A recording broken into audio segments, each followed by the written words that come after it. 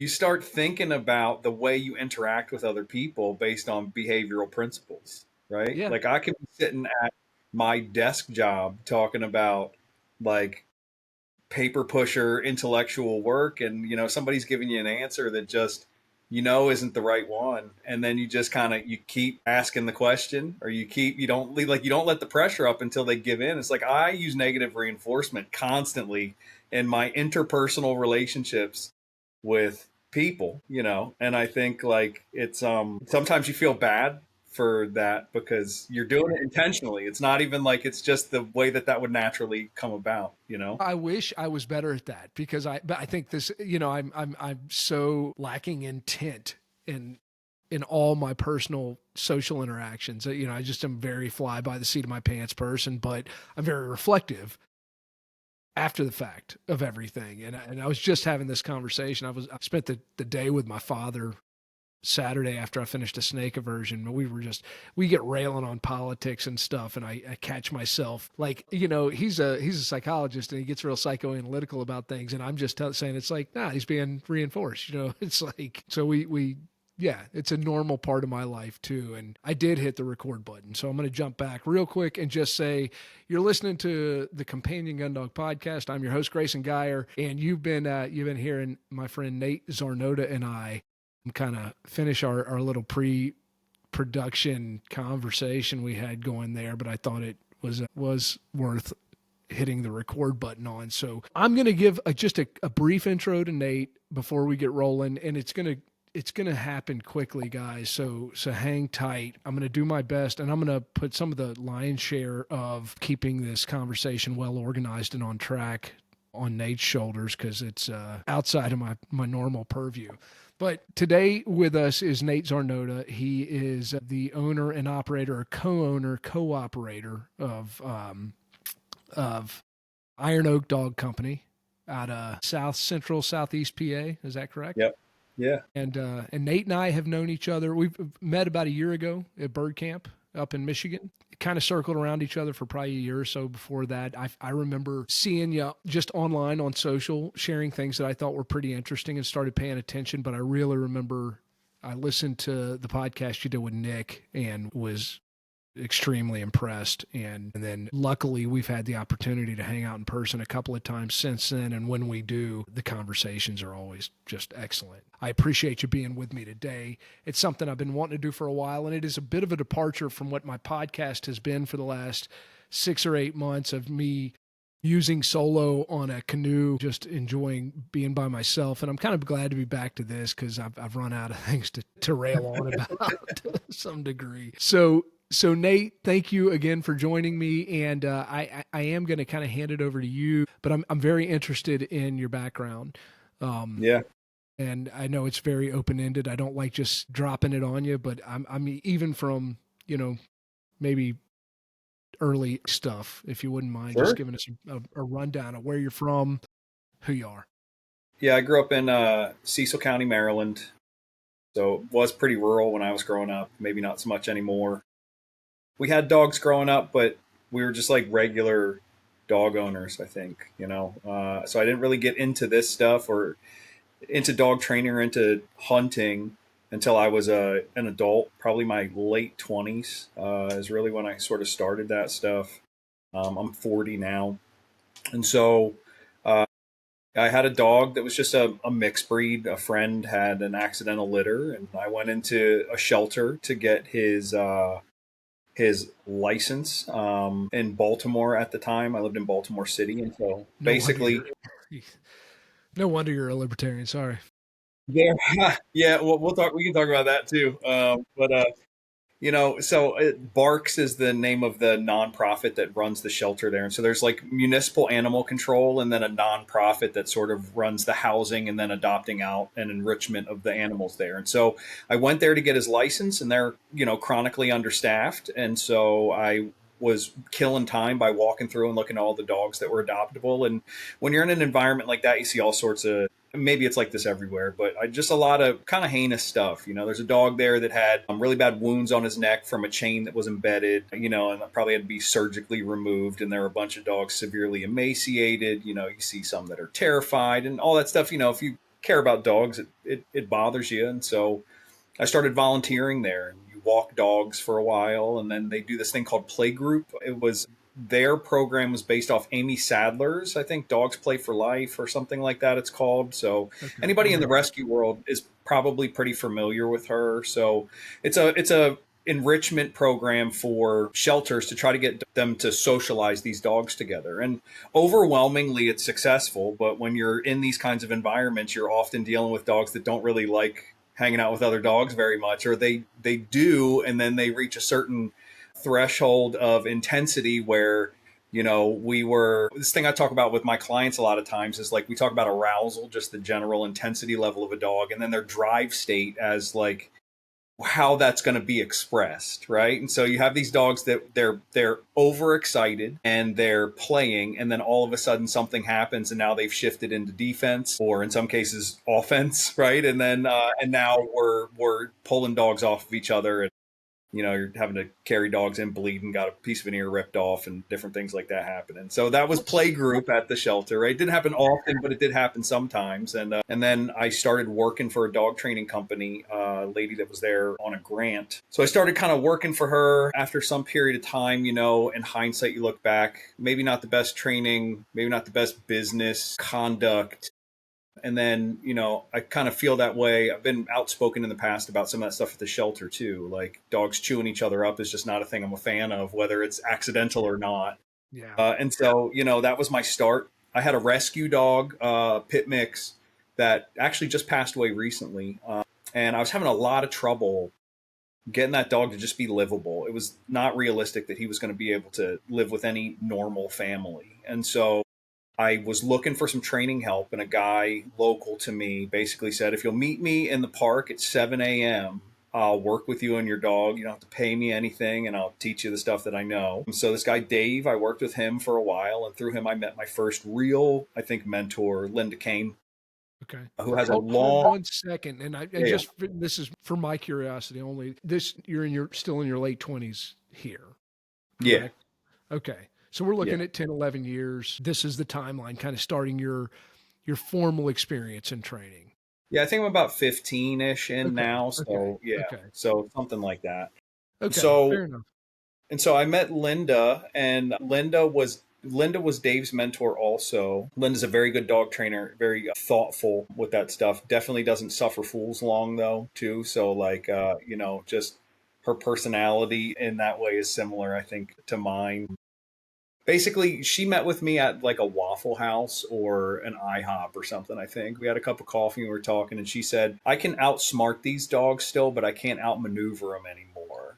So if you'd like to come and basically handle these dogs for me, I will teach you what I know. And then, it's kind of a mutually beneficial relationship. And so I did spend the next probably year to 2 years pretty intensively working with her once or twice a week with some dogs that were just a little rough, and learned a ton from her. And around that same time, I was also taking an online course with a guy named Tony Anchetta, who is the guardian of the Keeler Method of dog training, which he would say, and I think it's probably true, is responsible for reliably training more dogs than any other training method.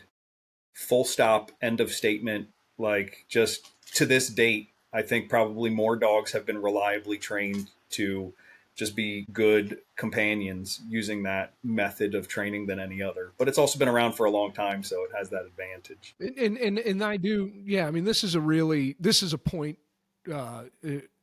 for me of interest in you, that probably is at the top of the priority list for me in this conversation.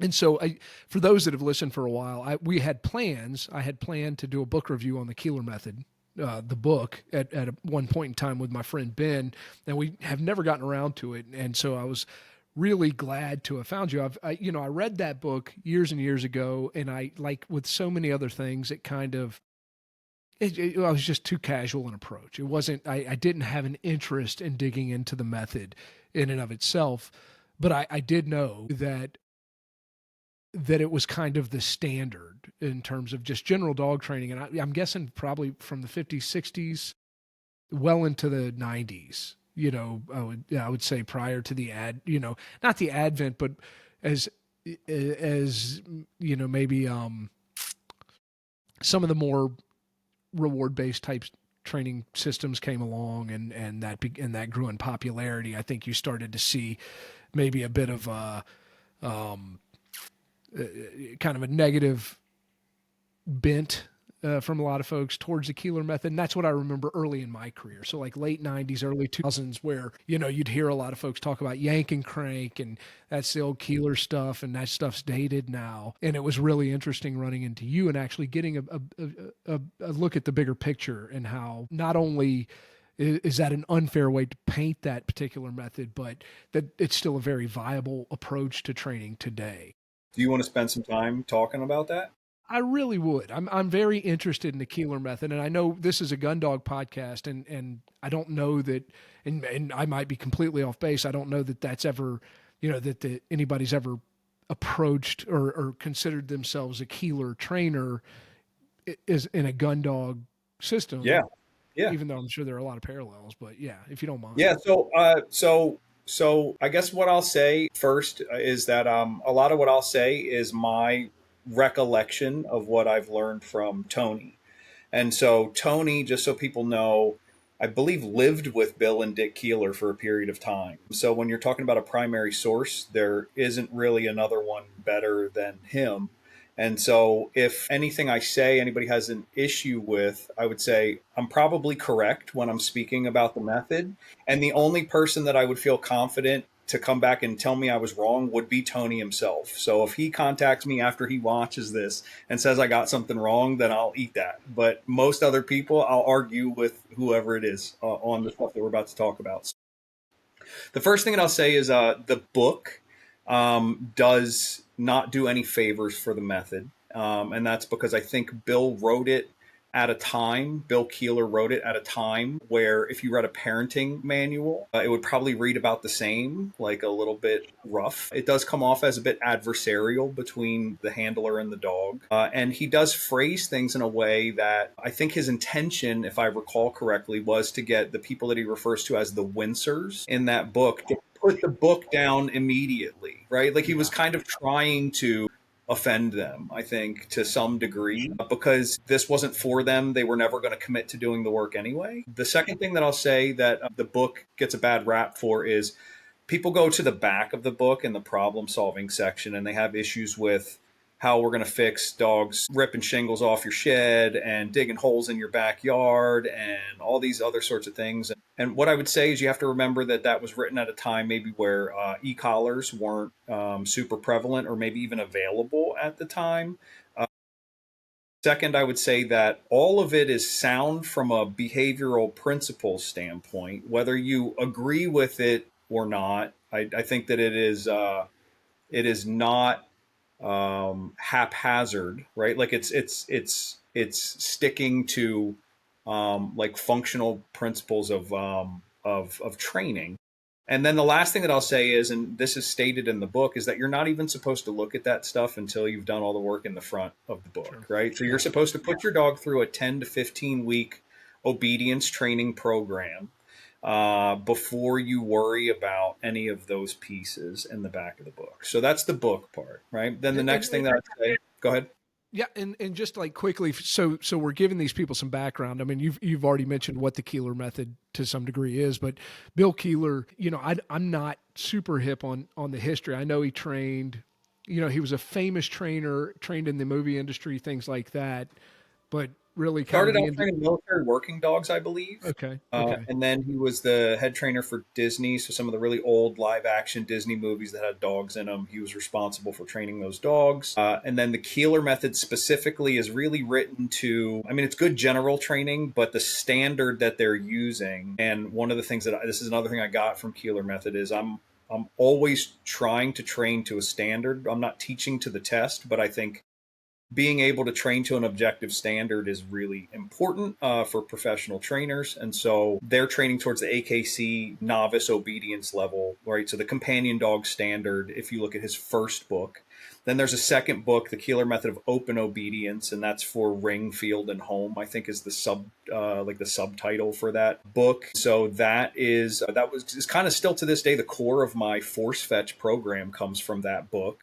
And that's for like the CDX or the open level AKC obedience. And then he has a utility level book that has, some additional stuff with directed movement and scent discrimination and those things. There's a tracking book that I don't love, if I'm being honest. Yeah. And so there's a bunch of stuff there. I know he had didn't he have a protection book as well? Yeah, it's a guard dog book. And a lot of that is like, if you hear like, people like Jerry Bradshaw and yourself to some degree talk about this stuff. A lot of that is talking about like agitation work. And I'm way out of my wheelhouse now, but they're talking about like some of the agitation work and some of the stuff they're doing there, really working those dogs in defense, which is like people kind of refer to as the dark arts now, right? Well, yeah, and that was the standard. Yeah.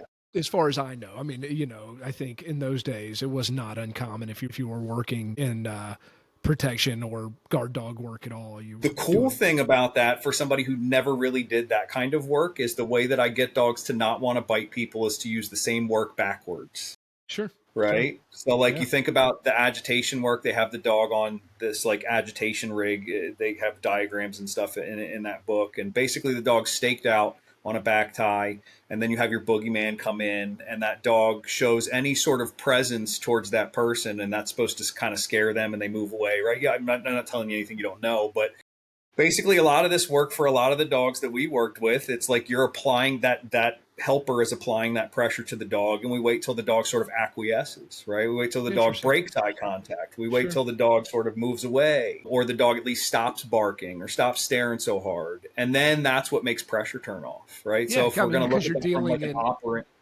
Yeah. You're trying to make a dog, and if I'm working to develop a more aggressive picture, a defensive picture, I'm hoping to make the dog more sensitive to that approach and that presence from the boogeyman. And I can see how that would have to desensitize that, in a reverse order would make perfect sense. So, yeah. So that was where, like, for us, we're trying to get a dog to yield to that pressure instead of sort of push back against it. Right. Sure.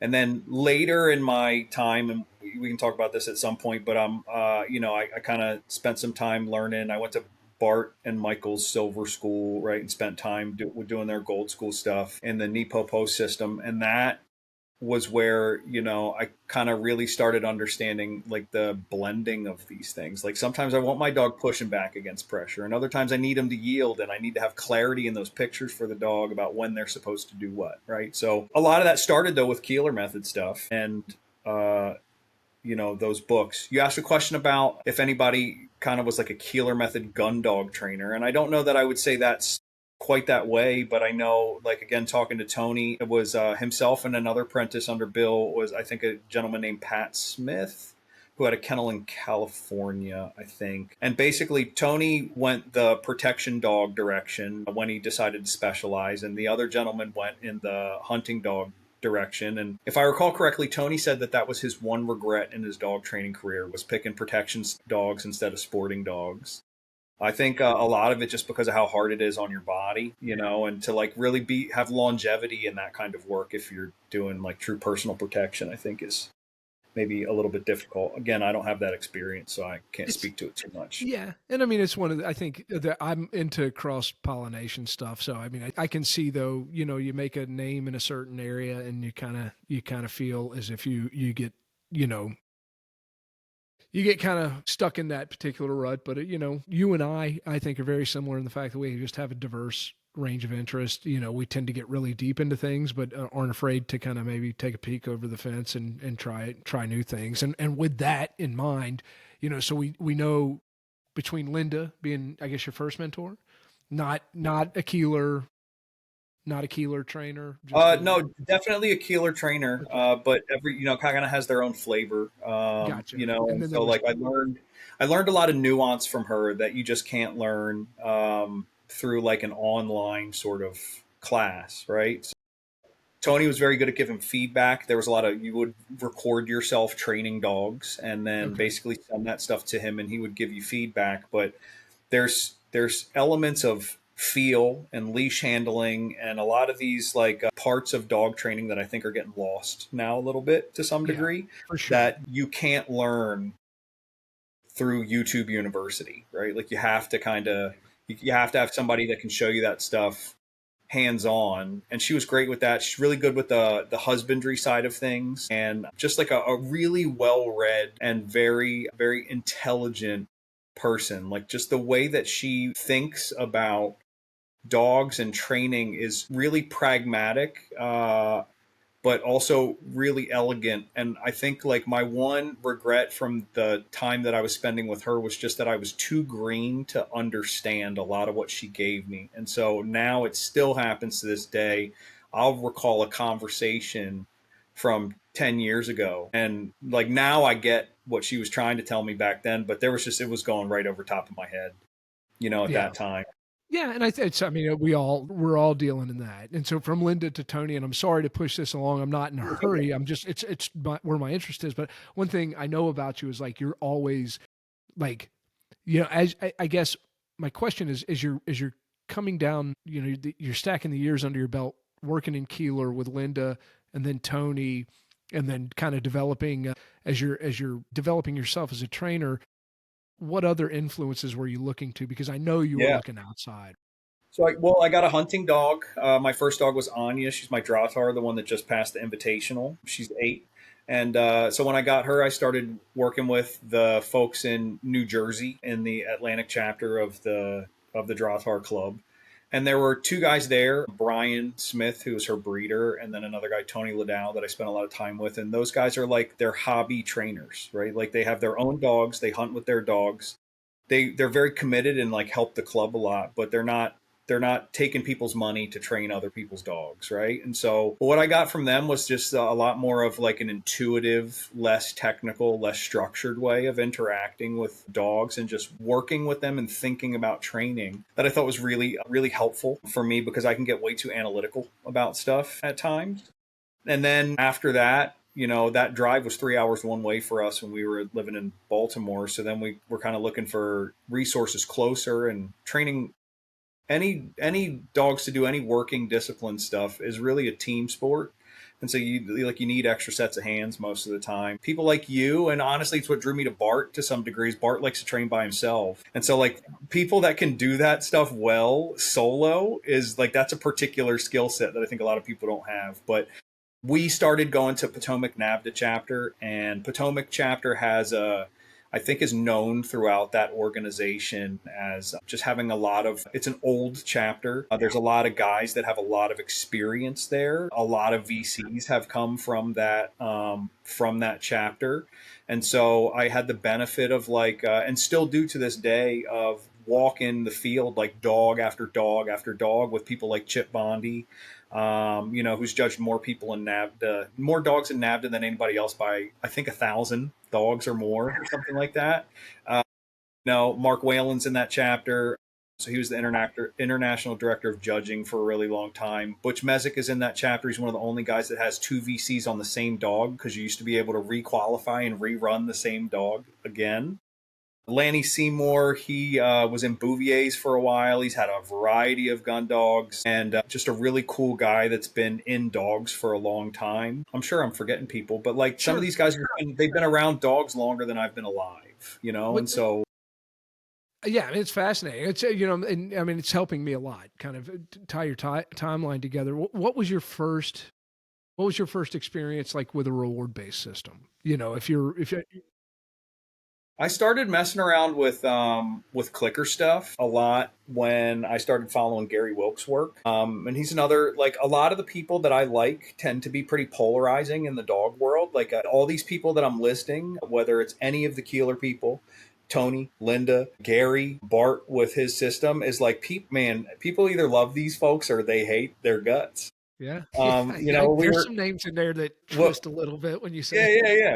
And so what my thing is with all this stuff is we're talking, this is what we were talking about. We're like right when you started recording is I try to make sure that I can get good information for wherever it is, even if I don't agree with everything, because I don't agree with everything for anybody most of the time, you know, like, so with Gary, I got a lot of really good information about clicker training. What's cool about the way that he teaches people, and this is why a lot of people don't like him, is that he'll give you a little piece of information and then he wants you to go back and do something with it and then basically come back and tell him what happened. So he's not going to like tell you this is what you do and this will be the outcome. He wants you to do that investigative part yourself, which is a lot of our job as professional trainers. Is we are experimenting. There's a lot of like F around and find out, right, in the work that we're doing, and you have to be willing to spend that time. So I liked that from him. I liked that he was not hesitant at all about talking about like the functional uses and really the benefits, frankly, of applied punishment more plainly than I think anybody else does. And so the guy that I got a lot of the positive reinforcement based training from is also the guy that I got the most about punishing dogs. Well, and I remember you saying that to me when we were together over Labor Day.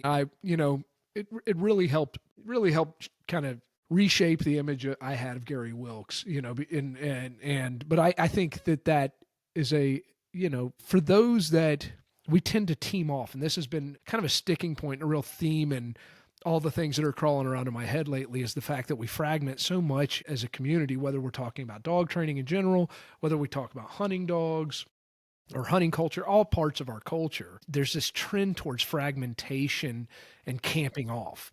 And so I've always had this feeling like, these reward-based trainers, a purely positive crowd, like they've put so much time and effort into this one side that they would actually have, if they would apply some other areas of training or bring those into their systems, that man, they would really have something special because they had such a mastery over one specific area. And that made me happy to hear that about Gary Wilkes, to be honest with you. Yeah, and I think like some of the gripes that people have with a lot of these things is like he's not a military working dog trainer. George Hickox isn't a military working dog trainer. There's a pet dog guy, Chad Mackin, who does a lot of stuff. He's not like a sporting dog trainer as far as I know, but like all of these guys have helped or taught a seminar to people at some time, and then like sometimes either because they said it in a way that made it come off that way, or just like that's the story that gets into the zeitgeist here, is like people are claiming to do things that they don't do, right? Yeah, and it was, and to be perfectly honest with you, we talked about it before. That was kind of my hang up with Gary Wilkes, and it was unfair because I didn't know personally, but I now knowing, being able to look back at it and reflect upon it, these guys were being brought in by the tier 1 unit, in my opinion. So CAG was bringing guys in to teach seminars. And I think, being somebody that happened at that time to be working in the military working dog space, that to me, it was kind of creating, and there's not a lot of better way to say it than like maybe a sort of jealousy. And like, man, I feel like I have this knowledge to offer, and they're bringing in these dudes that, that are so far outside of the realm. So yeah, it was unfair of me. And so that helps me reframe it in my head. And I'll tell you, if I ever get an invite to teach somebody something in one of those places, you can bet it's going to be plastered all over all of my social media. Yeah. Sure. Yeah. And it should be. It's special opportunity there for everybody. But that, I think it helps me, and I'm very interested in your background. One of the things that I really admire about you and Gretchen both is that you always seem to be constantly going somewhere to learn. I know you've been to a lot of Pat Nolan seminars, and I know many other trainers that I don't even know. And and I've learned a lot about different inputs from you guys, because I'm just not that plugged in to like who's teaching new things. And I like that a lot, and your ability to kind of filter out. We all carry this affect of like this dogma when we get the thing that works for us. And even if we can intellectually understand or academically understand that there's more than, there's millions of ways to skin whatever particular cat you happen to be working on, it's hard for us to kind of reach outside of our comfort zones. And we often we're always, I think it's a human nature to criticize things that aren't what you are Yeah. doing in the moment. And so Yeah. your willingness to do that and your kind of compulsion to do that, I think is cool. And I think we could all to some degree benefit from that way of thinking. Like, even if I don't train in the Smith way, or I don't train in the West way, or I don't, or I'm a British guy in retrievers and I don't like the way the Americans do it, the willingness to just sit and be exposed to the information and to do it with an open mind and actually come away with something new most times you do that, I think we should all be thinking that way. Part of the reason why I name drop a lot when I'm talking is because there's nothing new under the sun in dog training, right? There's no inventors in this space. There are innovators in this space. And so, like, for me, when I look at Keeler Method, what was innovative about Keeler Method at the time was the sequencing of the work. Yes. So that it flowed better one thing to the next. There was some continuity there. If you look at the work, the stuff you do this week plays into next week, and that week plays into the week following. And then what you also kind of see is oddly kind of it goes in 3-week increments as well, where you kind of see yourself circling back to certain concepts. I think as you walk through that work, we could do a whole discussion on that later. But so there was the sequencing there. There's milestones that the user is supposed to be sort of checking to make sure, is your dog ready to move forward in the program? And these are objective tests. Like, if your dog can do this, then keep going. And if your dog can't do it, then whether that's a dog problem or a you problem, that needs to get fixed before you move forward. And so those were the things that I really liked about that. But all of the equipment and all of the tech, like all the tools and techniques there, you can find in other folks' books. Like Will Judy has a book that you can find a lot of the same stuff in there, but not sequenced the same way. And then if you look forward into I have the videos of the Hunt Smith method, right? So when Rick and Ronnie did those videos a long time ago with that stuff, like you can see, I think the Ronnie is doing the part where he's teaching the dog to heel with the Wonder Lead. Those are Keeler right about turns. I mean, so like this happened, like people get hung up on you cracking that whip, right? Yeah. And in some of your videos, and it's like, if you're getting hung up on equipment, bud, like you're missing a bigger picture, right? And so that's my point is I do Smith method, so I use the Wonder Lead, and I'm like, that's the same turn I've been doing with a 6-foot leather leash and a choke chain for the past decade and a half. Absolutely. It's the same thing, right? And so if you and so like about and I'm assuming like Delmer and Bill Keeler were probably contemporaries to some degree, I would assume. And you're obviously, I mean, there's, the world now, there's so much information, and you got to think of what it must have felt like back in the 40s and 50s. You were writing books and articles, and that's what you had exposure. Today it's a tiny world. Then it must have been just a neighborhood, like those guys were absolutely learning from each other and taking from each other and giving to each other. The point I'm trying to make, though, is that when we go try to learn from people, I try to find the folks that are teaching concepts, not methods. Keeler Method was good because it did give me a step-by-step program when I wasn't ready to try to apply concepts creatively on my own. The other thing that it did was I self-limited the tools that I was using to the point where literally all I used was a 15 or 20 foot long line, check cord, whatever you want to call it, a choke chain, a 6-foot leather leash. And then later on, you're like building throw chains and you're using a light line, which is just like some planer board line or mason's line that you have your dog dragging. Couldn't stop the dog with that if you wanted to. And if you tried to pick it up, you'd regret it if they were hauling ass trying to get away from you. But the point was, like, as you're transitioning to off-leash, this is another thing that I think is really elegant about Keeler Method. The equipment that you're prescribed to use lowers in weight as you go through the work so that your influence on the dog as they experience it around their neck decreases as time goes on. Yeah, the physical influence decreases as the kind of conditioned response, and the nonverbal, I guess, I'm trying to think of a better way of putting it, but maybe the subtle physical or the abbreviated physical communication increases, the physicality of the training decreases, and I appreciate that. Yeah, and then like like the yank and crank comments when you're doing your week one work, which is the dog is on a long line. Sometimes you're moving one direction, the dog's moving the other direction, and they do get pretty significant correction for not following you.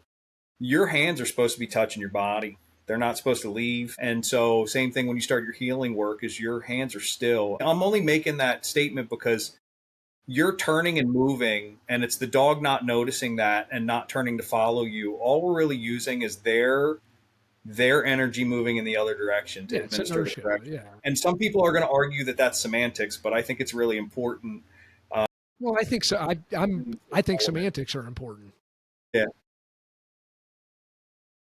And so I want to, yeah, it's kind of touch on something you said in there. Like now you're into, or you see things in broader concepts and you're interested in learning those concepts. Would you mind expounding on that like with concepts as opposed to methods, maybe? Yeah, so when and this also talks to like cross-pollination of different disciplines, right? So when I sit at a typical NAVDA training day and I watch the folks that have trouble working on hold with their dogs during their force fetch program, every issue that they would have with that dog's mouth habits on objects, I feel like people that do bite work have an answer for already. If I have a problem with my dog not having a deep grip, I can make an equipment change that makes it hard to hold something successfully without holding it with the back of my mouth. If I have a problem with my dog biting too hard, then I can make some changes to what I'm doing to help address that. If I have a dog that is not holding stuff hard enough, right? Just stuff sort of they get hot and it's just falling out their face, like all those sorts of things you can address with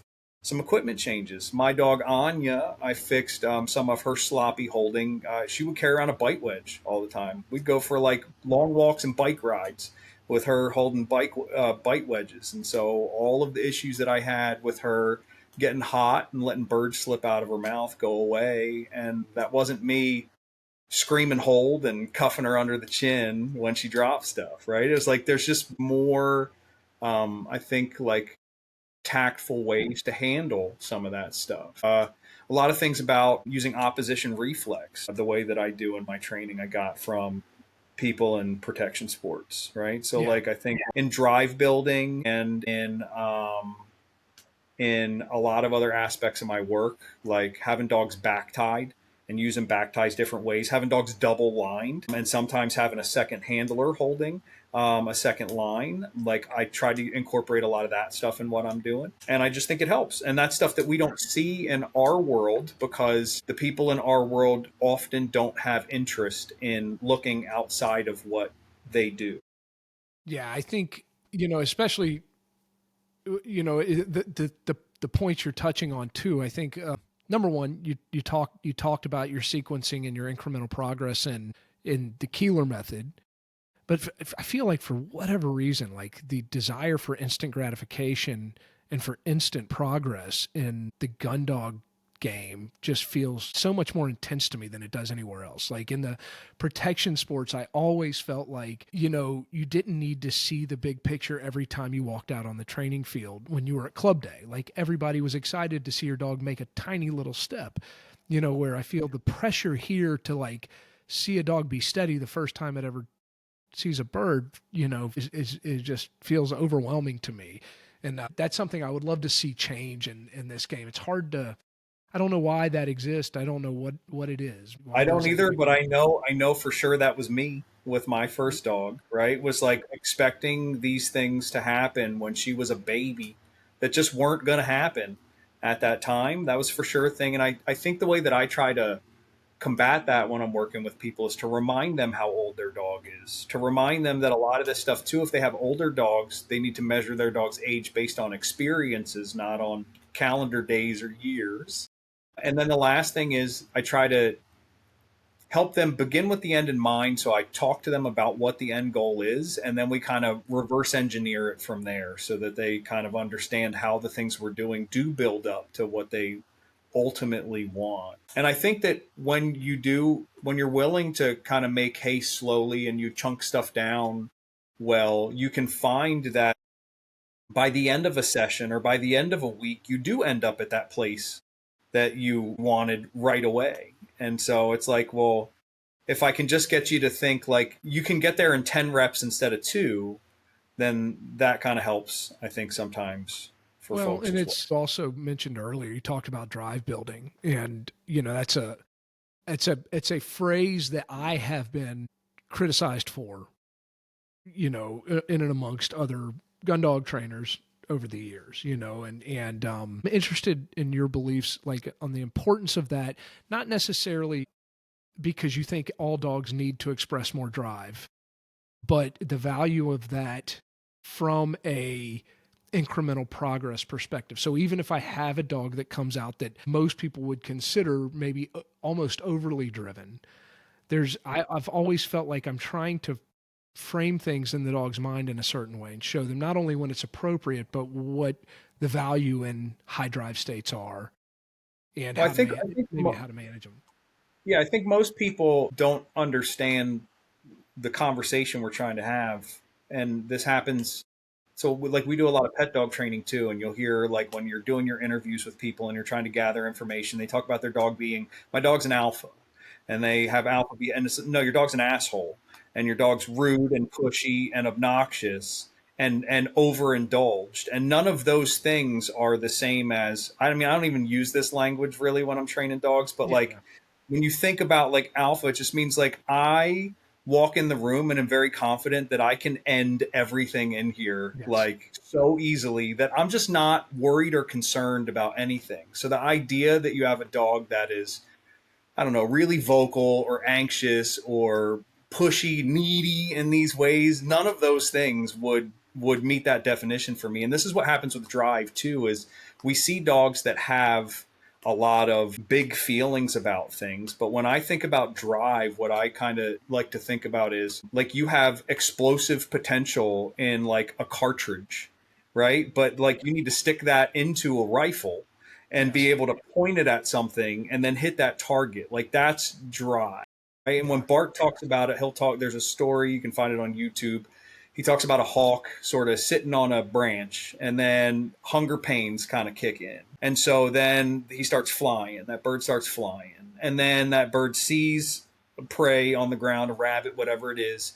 And then, it kind of is like a missile flying towards that thing to hit it. And that's how it catches its food. And what he's basically saying is it's the perfect combination of motivation and concentration, I think, is the words that he used there. And so when I talk about building drive, what I mean is taking all of that explosiveness and taking all of that draw that dog has, in this case, like that they were provided through their genetics, this desire that they have for game, and making it purposeful and pointed and like efficient and just super targeted.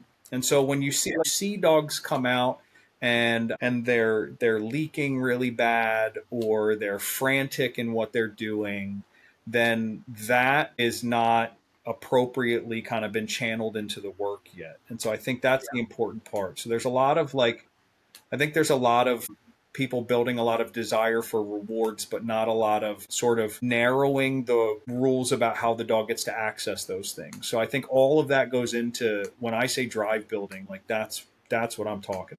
And I think of it the same. The reason I hit on that is just because it's something I think of quite often, because regardless of how high drive this young dog may come into this place, the objective is less about building drive and more about learning to be trained in drive. Yes. And I think that's something we take for granted because we're always training in drive as hunting dog trainers, whether we wanted to or not. If we have a hunting dog, we have to have a dog that is somewhat expressing a desire to go seek and locate and find this object of that desire. Well, but you also see a lot of problems with people not understanding that shift. Like when I'm doing woe post work or when I'm on the table doing my force fetch and everything is going well, I mean, like I'm getting the behavior that I want. And then we go out into the field, and then now the dog does have a nose full of bird scent, or like I watched one of our puppies at their HCP test. The dog does a duck search is chasing that duck all over creation until the guy in the kayak can finally get a safe shot and shoot that thing. And then that dog retrieves that duck all the way back to the handler. Handler puts his hand on that duck and tells that dog to give. And the dog is like, you are absolutely not getting this from me. And that dog, if I had to bet money on a dog that had a pretty clean out of the ones that we worked with, that'd have been one of them. But it was like, the situation changed now where that dog worked a whole lot for that thing, and he watched you just stand there and watch him do it. And so he has opinions about who that belongs to. Well, yeah. Right? I mean, I always think of that, like the variable value of the prey item, right? Whatever that happens to be. And I think I always felt like that was a really important part of my background, having informed my ability to say in decoy work early on, is it like, it was my job to kind of add or devalue whatever the item happened to be, whether we were fighting over the sleeve. If I'm working primarily in prey, then I had the ability in that moment, because we're also dealing with something that doesn't have a pulse, doesn't have the autonomy to trigger drive in that dog on its own.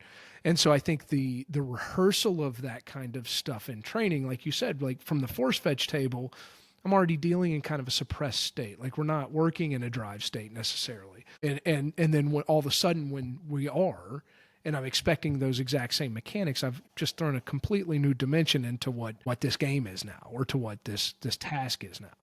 And that piece that you were just talking about, this is one of the things we kind of ended up backdooring our way into this. It was one of the things that was on that email that I sent, was like finding that dog's emotional bottom.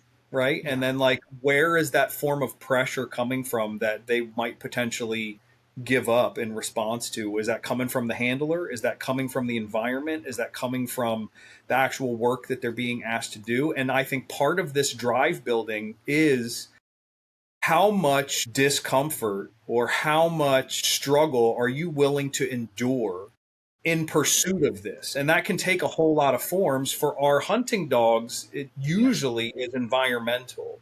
Are you going to push through that greenbrier to make this retrieve? Are you going to follow that duck into that stuff that you're not sure that you're not going to drown in those lily pads, right? Like that. And it's stress inoculation, right? Like it's less, sometimes I'm building drive to get to the place where I can inoculate to stressors. Like, that's the objective. It's like, so I'm not worrying about, not to make this about me, and I'm sorry, but it's, no, you're not. It's fine. The conversation is just going there. But these are things that I find myself trying to articulate often. And like, why am I allowing this puppy to chase? Or why am I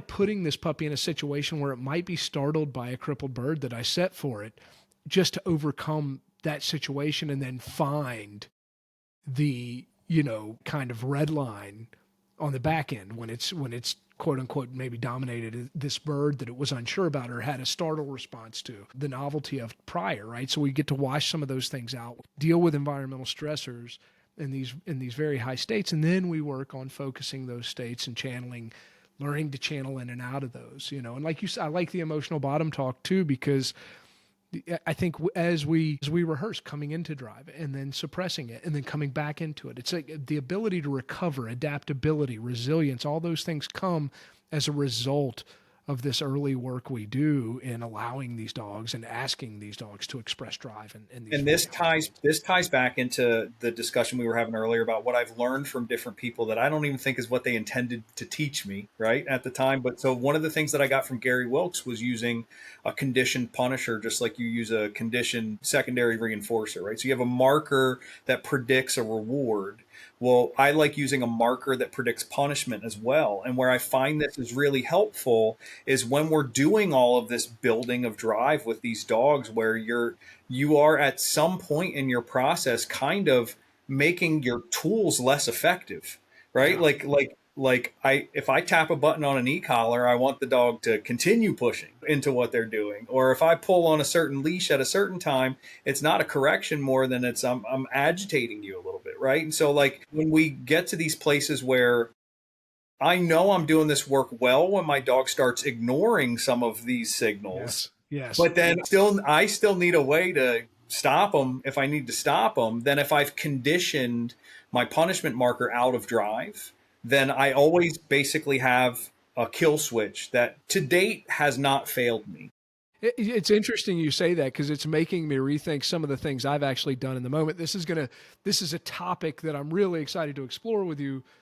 Maybe not quite yet, but you know, I'm imagining I have a dog pointed that is in this extreme cab state and considering either breaking or creeping or doing whatever, right? And I don't really use the word whoa in training, but I will often use the word no in that context. And it's hard to explain to people that I'm not trying to get the dog to stop. There's not an operant thing that's as important to me there as the suppressive effect of the classical part of that, which is how does that dog feel in that moment? I'm looking to take a little bit of wind out of their sails there. And that's more important than the actual stopping of the motion. Yes. And that's the thing that I see a lot in our work is people think only in terms of operant conditioning. Yes. And then they have all of these problems that they can't figure out a solution to because they're not thinking about classical conditioning. And so in your situation, because you have said no to that dog in other contexts, and that was perhaps always accompanied by some level of actual or perceived pressure from the dog, right? So like you said no sternly, and then that was enough to make that dog roll its ears back a little bit. Or you said no, and then you gave it a check with the leash. Or if you do Gary Wilkes style stuff, you said no, and then you pitched a rolled up towel at their head, right? So whatever flavor of applied punishment you're using there, that word predicts that event, and that event creates an emotional state in the dog. And if you do that enough times, then the word elicits that emotional effect, even if the physical punishment is absent. And you can't do that forever, just like you can't click a clicker and then never give the dog food. It'll stop working at some point. But you can float it. I want to park on it for a second because this is getting to one of the conversations we had earlier. It's going to me, was a very, when you said it originally, elicited a classical response in me, not non-contingent development of a marker for a punisher. And you know, and I've actually heard this in other contexts, which made me think about it. But it's like, if we don't have any criteria for punishment, but we want to develop that marker because we can do this in a reward-based system and it's commonplace, but there tends to be this ethical hang up on whether we can do it with a positive punisher. And you said you did. And then that really made me rethink it because I now do it, like since that conversation. Here's how I navigate that conversation, because it comes up a lot with pet dog people in particular, right? Like when you get people that have goals with their dogs, like working goals with their dogs, usually if they're very results oriented, you can just say, if you do this, it'll work. And they go, okay, that's fine. I don't have any more questions, right? But when you're talking to pet people, they're like, this is legitimately my surrogate child. Like, this is our trial run before I decide if I'm marrying this dude and if we're going to have for real children, right? So the conversation is a little different. And what I basically say is two things. We usually start with, I just had you click a clicker and then give your dog a bunch of treats. And you did that 5 or 6 times and your dog did absolutely nothing to deserve the reward, but you gave it to him anyway. So I'm asking you to do the same thing with the opposite polarity. That's where I start typically. And then the next thing that I'll say to them is, when we think about ethics, what we always have to do is go to the logical conclusion or likely situations that may come up and what the cost is of not doing this. And so when I tell people, like, if your dog is chasing a squirrel towards a car and they're about to end up under that car, if I could essentially promise you that with a word you could stop that dog in their tracks, and that we could have that today, not 3 weeks from now when you have a really good recall, do you think that's worth it?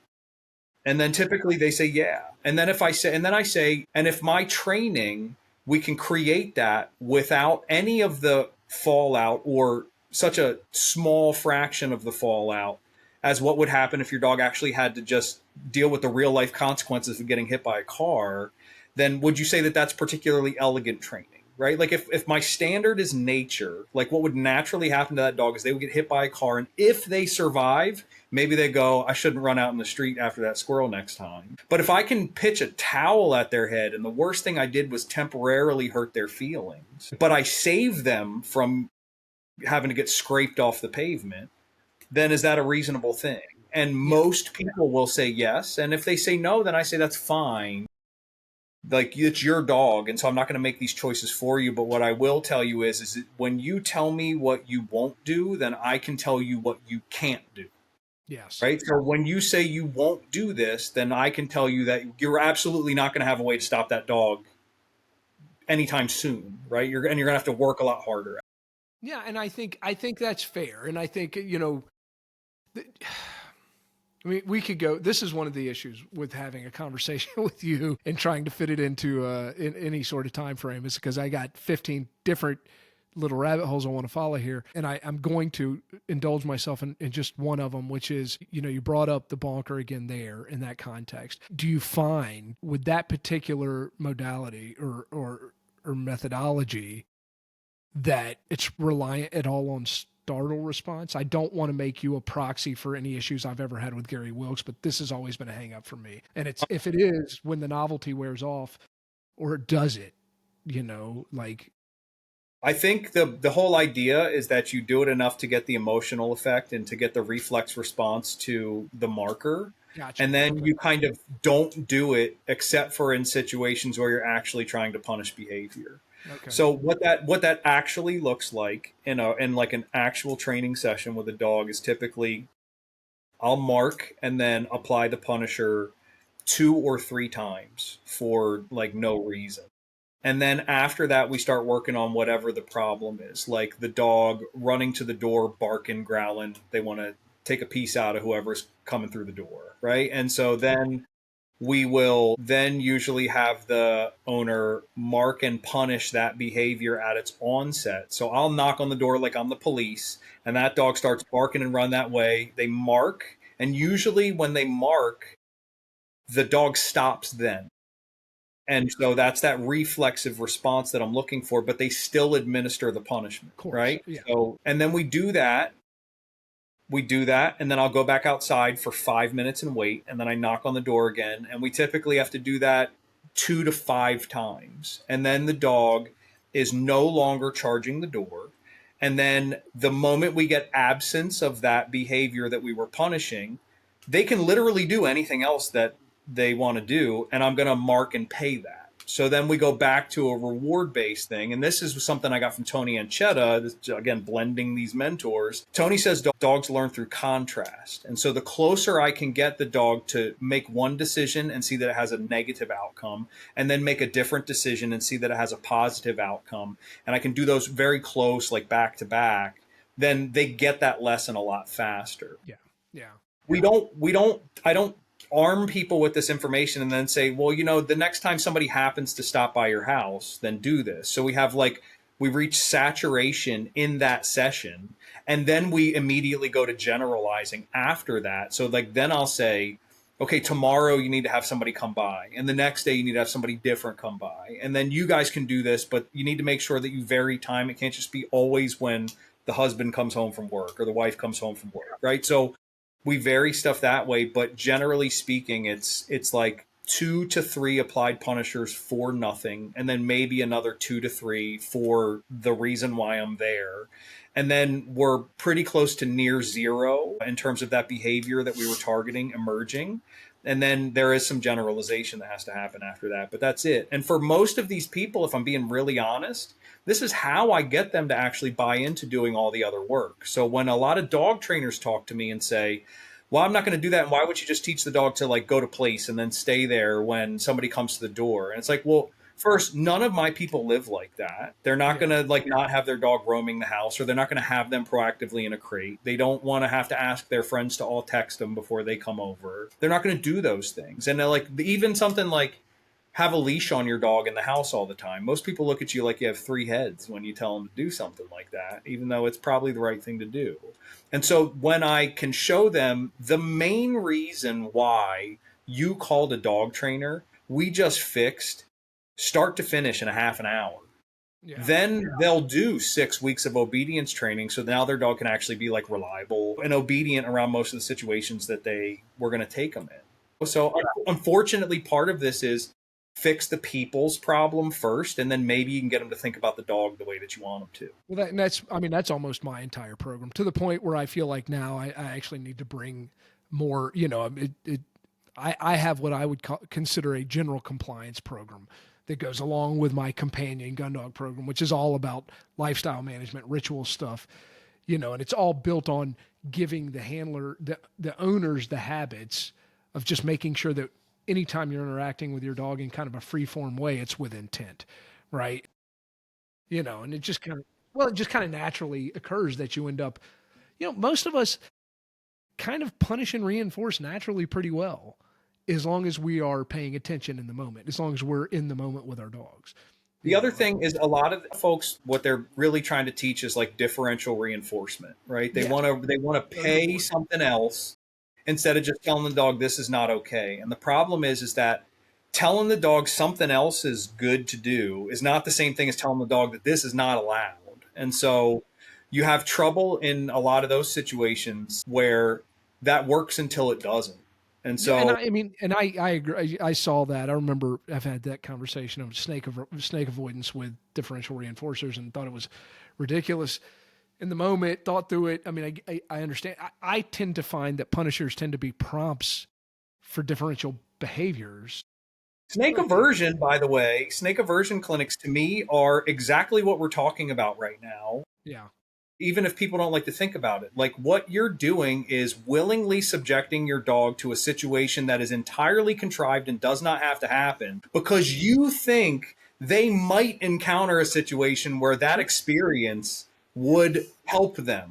And it is the aversion to end all aversions, right? Like and this is the one place where I think you'd find the veterinary community, at least the people who actually treat snake bites on a regular basis, would tell you the best thing you could possibly do if you're running your dog in a place where there's rattlesnakes is to take him to somebody like Grayson and let him shock the piss out of that dog as soon as they get a whiff of rattlesnake. Right? Yeah, like if you go through like a slow inoculation to that kind of work, it's dangerous and in every other situation, that vet says prong collars are bad, e-collars are bad, corrections are bad, right? But in that one situation, they can understand the value, right? There's value, but literally is not the best word for there, but it's truly probably the most unfair thing I could do to a dog because there is no preset contingency. The dog doesn't, and it's fair because it's as fair as a snake would be, but I think that's just an easy logical line for people to draw in their heads. And that's other stuff.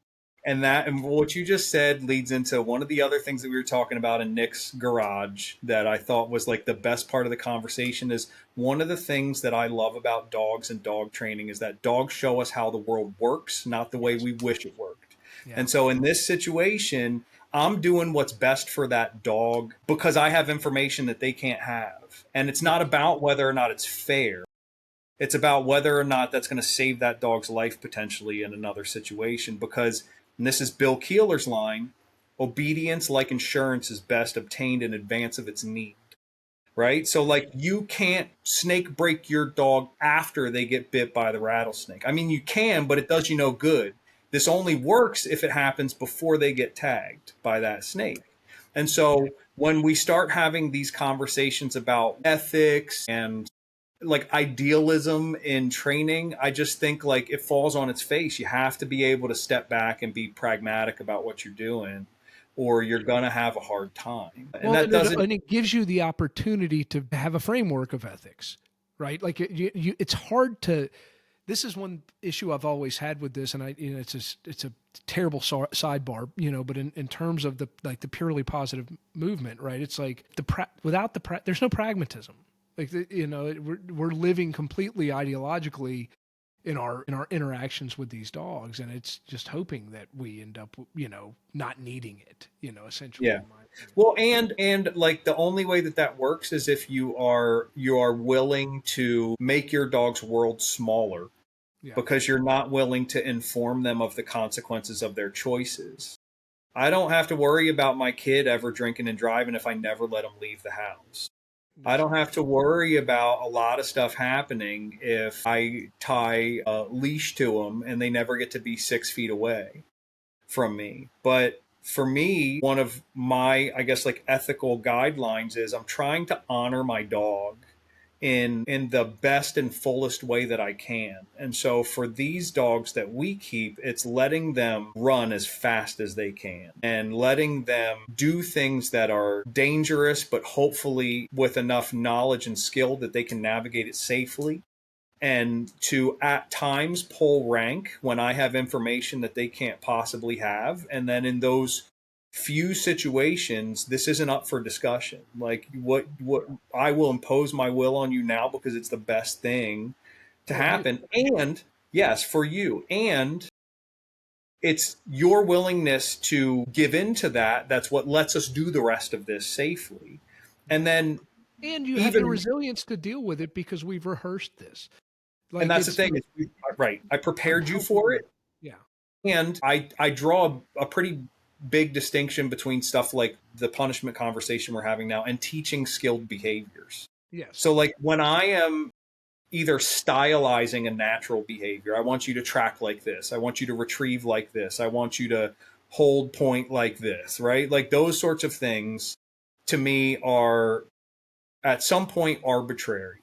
And so, or like they're meeting an aesthetic or some other need that I have that's not the same thing as like your safety or your life, right? So I do approach those things differently, and I am less forgiving when I see people be rough on their dogs or do things a certain way. That's fair. Because those things are largely contrived at that point. Particularly it all comes, I mean, especially when you're talking and using terms like imposition of will and things like this, this is what it all comes down to is like,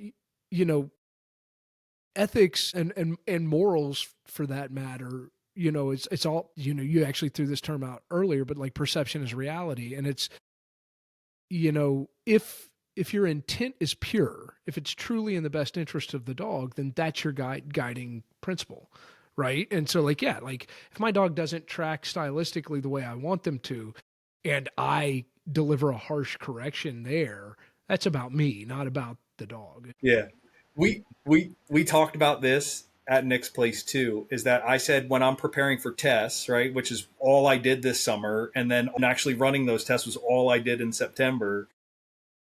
I don't like testing. I value it. I value objective standards. I value showing that I can achieve those standards with my dog, because I think if I'm going to take people's money, then part of being a professional in any industry is time, cost, and scope, right? So like I need to be able to manage those things and demonstrate my ability to meet those requirements as a professional. Like I don't want to say that I can do a thing and then not actually be able to do it. And meeting a standard is the way that you prove your work. But I don't like testing dogs because I don't like that makes it about me more than it makes it about the dog. Like my dog earning a VC does not matter to her at all, right? Like, so when we start talking about that stuff, that's just another day to the dog. And so when you say, we hear people say like, well, we're doing this to achieve this goal. That's not what's best for the dog though at that point. Like, you're doing that for you.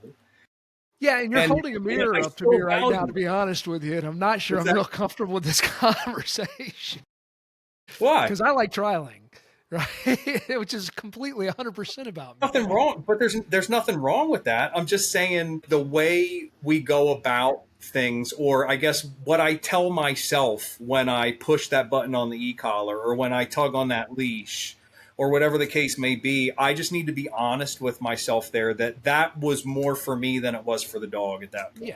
Yeah, and that's good. It's a good reminder. I mean, I think be thinking that way, and I was having this conversation on a message board or Facebook group, recently, that like I have what I would call diagnosable ADHD.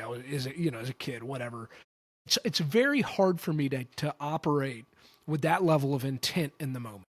to be thinking in that way. Is this for me or is it for the dog? And so my answer to that has always been, I'm trying to operate in like self-discovery all the time. I'm trying to be very, gentle and allowing the dog to essentially be leading the feedback loop as much as possible. And we got to this conversation, we started in classical conditioning, and I don't want us to get too far away from that because I want to touch on it before we just allow the conversation to go wherever it will. But any more thoughts on that as we go through the ethics before we Just circle what back? when I think when anybody says anything, the inclination is to just feel like you're getting somebody's on a soapbox or like you're preaching. And I just want to be clear that like every time I write something or every time I talk about any of this stuff, I'm talking to me. I'm not talking to you, right? Like everything that I'm saying is it's if I can't clearly articulate this stuff to myself, then I'm never going to be able to meet or get close to meeting the standards for myself and for my conduct that I want to. And I often don't. But that's my point, right? Is that it's for all of the dog training that I'm doing is for me. It's not for other people. I'm trying to share stuff with other people because it's been a value to me, but I don't do this for other people. I do this stuff for me because it's probably a poor decision that I chose this as the particular form of art that I'm interested in, or craftsmanship or something, because there's a lot of other ones that would pay better and don't beat you up so bad. But it's also like, it's interesting you say that because I struggle with this all the time. And, my friend Francis kind of shot me down as I kept trying to steer the conversation towards the art of dog training in our podcast. And, there is something that I don't know, it makes me feel icky when I think about it that way because I am taking money for it, but it's the most therapeutic thing I could possibly do for myself is to train dogs. It's one of the very few times that I have a quiet mind. And so, I'm with you 100%. I do all of this for me. Every client dog I'm training for me. And I'm just lucky to be able to earn a living doing that at the same time. Well, I think the point is like you go to a tattoo artist because you like their artwork and they're going to put it on your body. Right. But so like when somebody gives me a dog to train, what I'm hoping is they like the way that I apply this stuff to their dog. Yes. But especially the longer that I do this, I'm less interested in like I think it's my job to tell people what they should want and then to give them that the way that I feel best about giving it to them. But so in that way, I think you can take money for this without it not feeling gross about it. Right. Well, and I don't feel bad at all about taking the money. It's that I feel bad about the pleasure I'm getting from doing the actual work, in the moment. It's, is it from a day-to-day perspective, it's a lot of work and it's not fun, but they're the moments that I do enjoy are why I'm here. Well, we were talking about, if you feel like you need to be punished a little bit, then we talked a little bit about you potentially dipping more into the pet dog world. So you'll get plenty of, like, you'll be tithing to the dog gods when you go that direction. And I love it. I do. I appreciate that little conversation we had right there because you are very analytical, objectively. The fact that that the metric of meeting that objective standard is so important to you, yet you are willing to see and appreciate the fact that there is the creativity, the creative aspect of the work we're doing, and that it's that important. And it helps me because I've so long poo-pooed the objective standards as being like, that's not the fun part. It's not, that's not because a lot of people can take, not the best dog in the world and do well with it. And a lot of people can take a great dog and maybe not do so well with it. And I don't know. I felt like it never told me anything about the dog, but now it's like, I'm going to take my dog with an underbite through the NAVDA stuff, which I would have never done in the past, simply because I think the data is worth it now, for that particular dog. And so this is very new to me, and meeting that objective standard with maybe a dog that wouldn't have mattered to me before. And I don't know what it is about these guys that I think are like the best examples of like artistry and dog work, but they all do what Francis did. Like you talk to Pat Nolan and he's like, the level of humility or just how humble he is. It's like, God, just stop it. Like you're beyond excellent. So like, I just don't know, like it'd be nice to just hear one of them just come out and say like, yeah, like I know I'm the shit. You know what I mean? And I mean, but Pat has, I think, maybe my favorite quote in dog training, which is good training looks like good training, and because we go over it so much, we compare, we're always, this is that camp, that fragmentation, this method's better than that method, or you've got to be, a super theorist, or theory stupid, or whatever else. At the end of the day, you can watch it and form your own opinion about what's closest I've gotten Pat to, and I'm saying this like me and Pat are friends. We're not. I wish we were, but but the closest I've gotten to him admitting that was him admitting that his wife was the shit. And so so he's married to Connie Cleveland, right? Like another just brilliant dog trainer. And it was my friend Bill Church, Bow Wow Bill did a online thing with him, like a talk like we're doing here. And they were taking questions from the audience. And I was like, ask Pat what he thinks about people who say a dog can't get a field trial championship and an Otch on the same dog. And Pat laughed and he said, well, I think there's been 7 field trial championship dogs that also have an obedience trial championship on them. And my wife has trained 6 of them. And that was as close as I got to him just saying, like, we're good. So, yeah, no, I appreciate that. And we're going to run. There's no time limit on this thing. I have no problem. But I think we need like a series of 15 of these things, because I don't think we've touched 80% of your list yet. But sure. The classical conditioning part, and I want to hear your thought. I've got my own thought, which I'm going to give.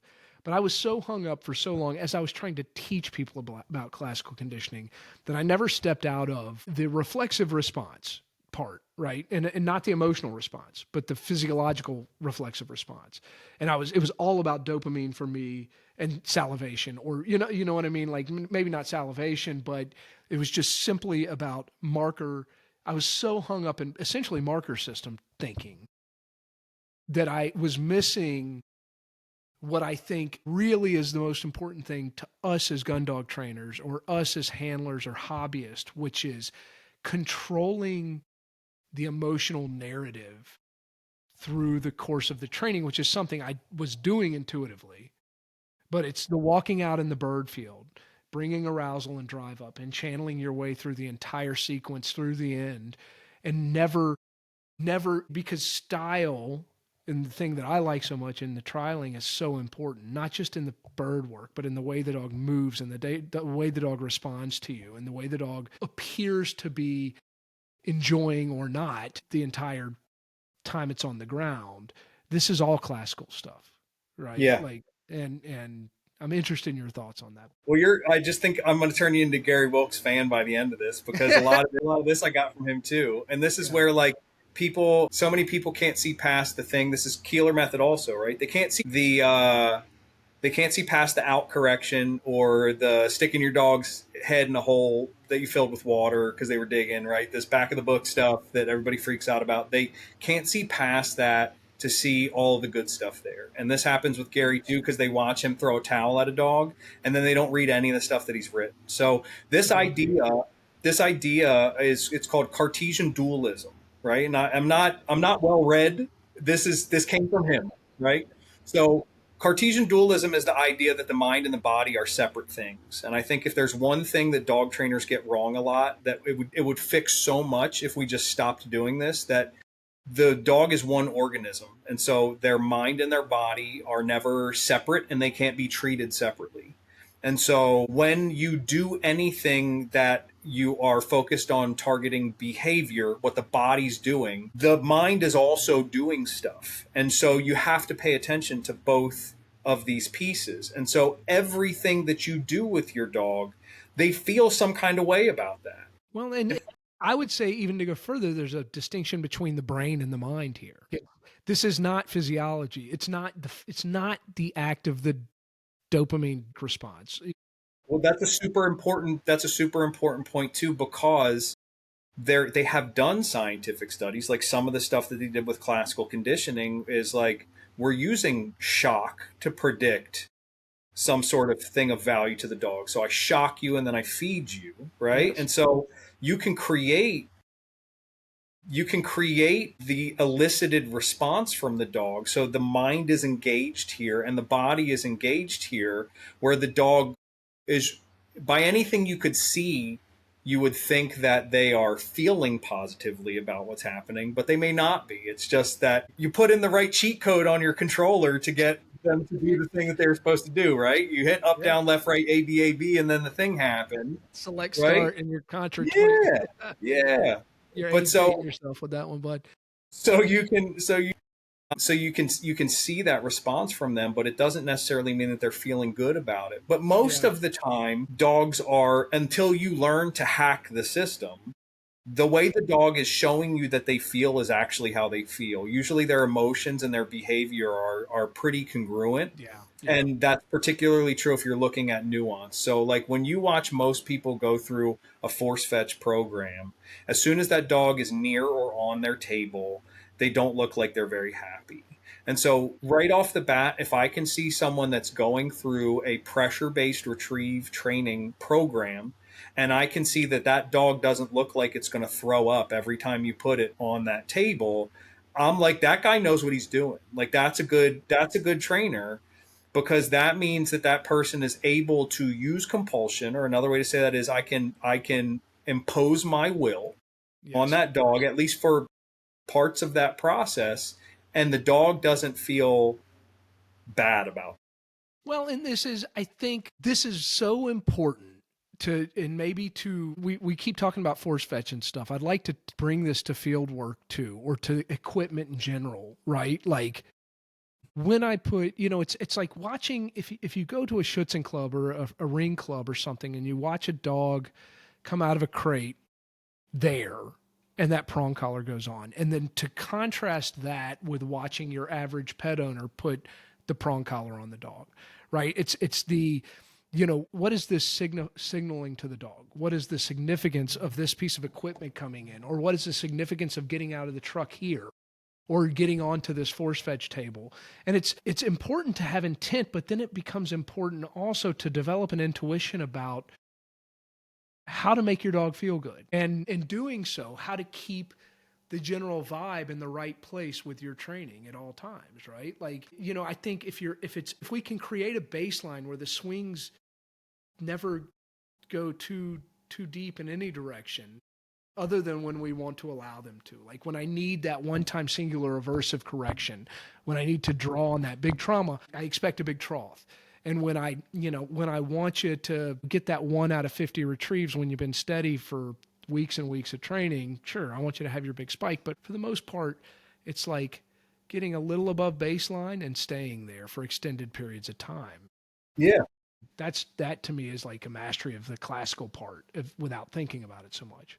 Well, and then what always surprises me is that you see a lot of people that do put a lot of effort into conditioned responses to equipment going on. Yeah. But then what I also see is a lot of effort in trial prep for dogs where we're trying to trick them into thinking they still have equipment on, right? Or get them to like not notice that we're shedding equipment. Yeah, the What mustard on the nose. what I what I've always like I've always I guess maybe I don't understand it enough is where I'll start with. But my current opinion about this, that can certainly change with different information, is I don't spend a lot of time doing that stuff, because I think that the way that I train my dogs enjoy the work enough, and we get to a point where we go from being very transactional in our training. You do this and then you get a thing, right? A thing that you want, right?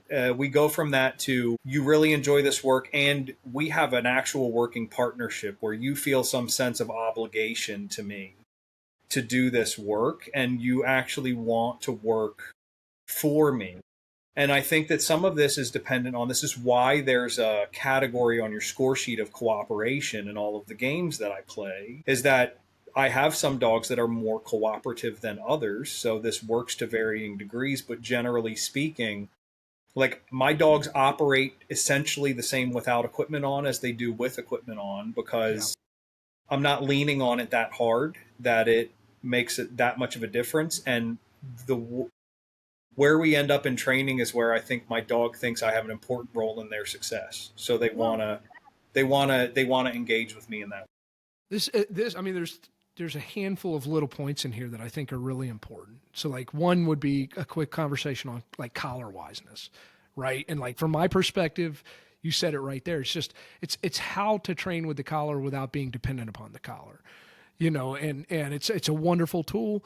It's also important every once in a while that if you need to deliver a correction, to walk out to your dog remotely. And also like whatever that thing is that brings the feel good quotient up, to make sure you're maintaining that throughout the course of your training evolution. You said the other point, because I want you to come back to that. The collar wiseness is a topic we could go for 3 hours on.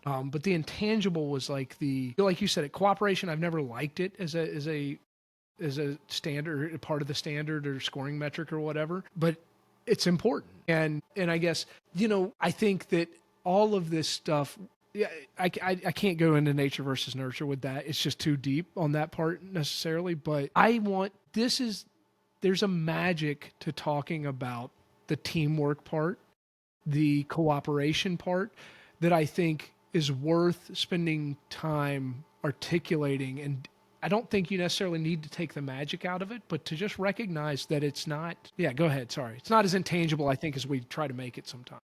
You know how like a lab or a golden, when you come to the house, like they pick a shoe up and they bring it to you, like they Yes, bring yes, you gifts. To me, that's cooperation, yeah. because It's like altruistic. It's altruistic behavior. yeah, like I have, it's just like it's the best obvious example that everybody's seen that I could give, because you have other dogs. Like, so my dog Aura, the one that just passed the VGP, that dog would pick stuff up and bring it back to me, I think like kind of right away.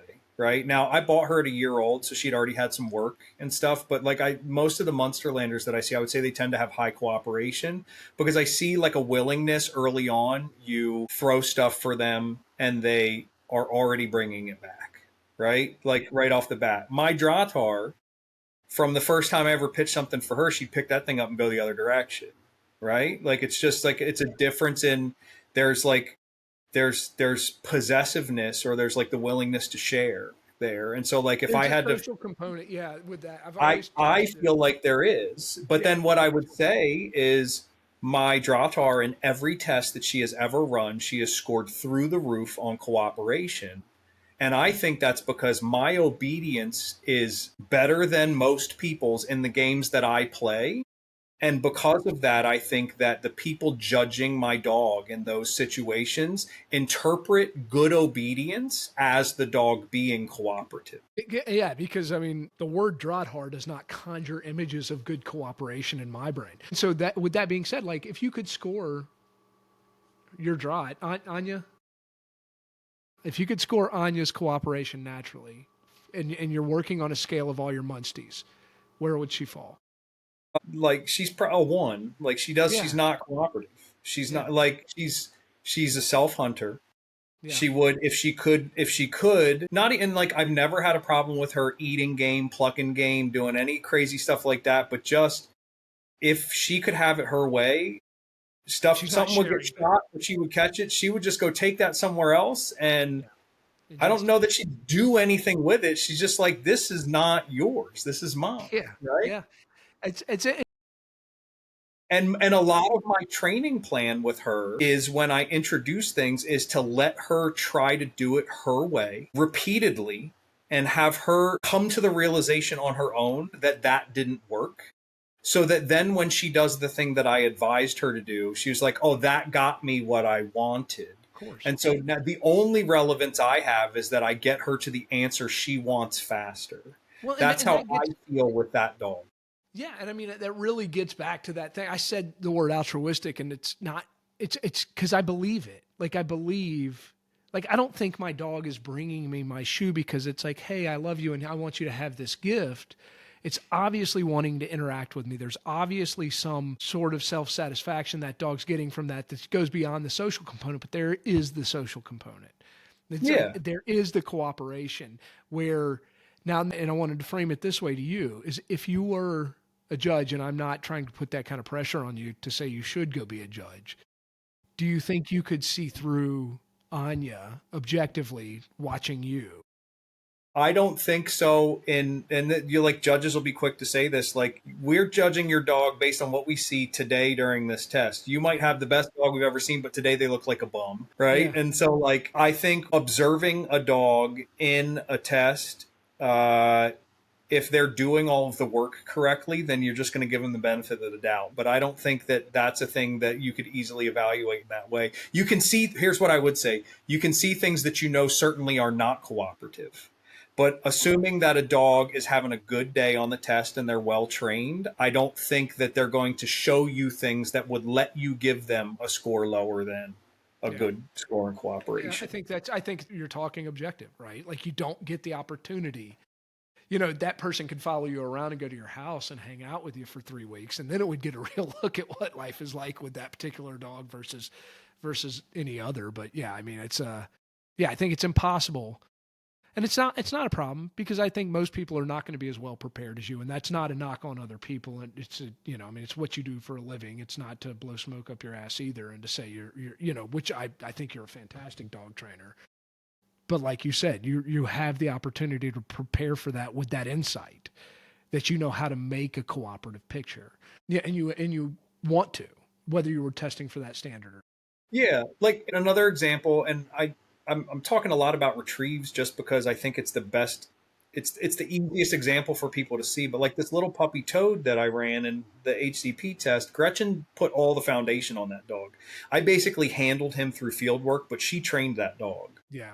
And part of what she trained when she did his force fetch was a straight front instead of returning to heel position. And that dog is like staring up at you like, please take this offering that I'm placing on this altar before you. It's like how this dog looks when he hands you stuff. Yeah. And so like when people see that, I think they just they like their knees get a little bit shaky, you know? Like it just looks like great, but that is operant. That was captured. Like I know.